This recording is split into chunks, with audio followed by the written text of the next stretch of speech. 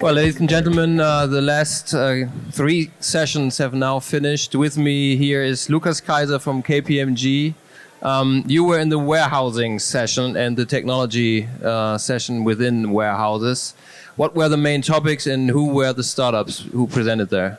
Right. So I think before we talk about the main topics, it's very important to understand how the market is structured. It's not like the traditional transport market where you have many players in the market who are all basically doing the same, but you have some big players because it's a quite asset-heavy industry where you have a different, complete different entry barriers in the market.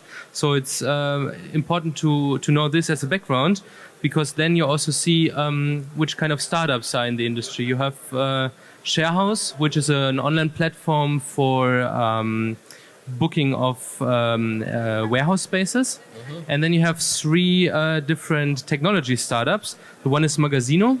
They're providing robotic solutions, as well as Grey Orange. They're also having robotic solutions. And we have Docs Innovation. They're using, for example, drones inside warehouses to eliminate manual work. Mm-hmm.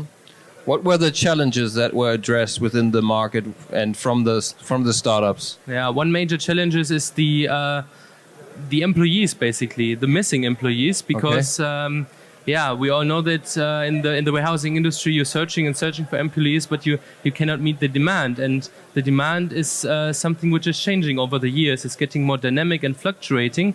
Just looking at the Black Friday, for example, that was one big insight. The Black Friday volume this year was 3 times as high as last year, and the planning of the e-commerce businesses was not accordingly. So technology can fill this gap of missing employees, especially in peak seasons. Okay, is that already the case, or still a kind of a future topic? I mean, is a robot already capable to solve that problem? Yeah, we have to differentiate a bit between the robots. You have some robots with picking capabilities who can replace a human going to shelves and pick a certain item, but they are also limited to the item which are picked. It has to be a uniform item, like a shoe carton, for example. And you have robots which take the shelf and bring it to the employee who can pick from the shelf. Yeah. And this is something where you can quite easily have also unified products, non-unified products inside. And you're getting more flexible in also designing your warehouse. You have a dynamic allocation to ABC classification of your articles, and you can easily adapt to changing market and customer requirements. Did the startups talk about their own employees? I mean, they need employees as well, and I would assume they need like engineers and all these kind of people to do the research and development and all these kind of things. Yeah. Finally, in this session, every company addressed the slide with, "This is our team. We are so cool. You have to come to us. Warehousing is super sexy. We have drones and robots." They have really a problem with finding the right people. They have the technology guys who know about robots, and they have some logistics guys and maybe some who can sell, but they're missing a bit the overall combination of everything and bringing it then to the market. Okay.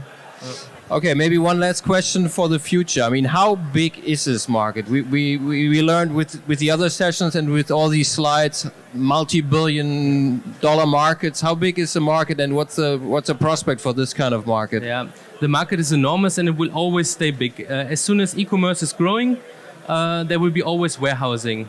Warehousing is normally, in its original function, it's just buffering stock between a certain process step and another process step.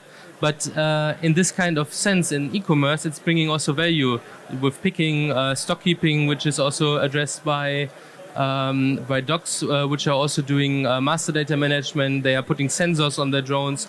So it's a bit, they're utilizing the need of warehousing and enabling it with the Internet of Things technologies to get a greater value out of the time a good is stored somewhere.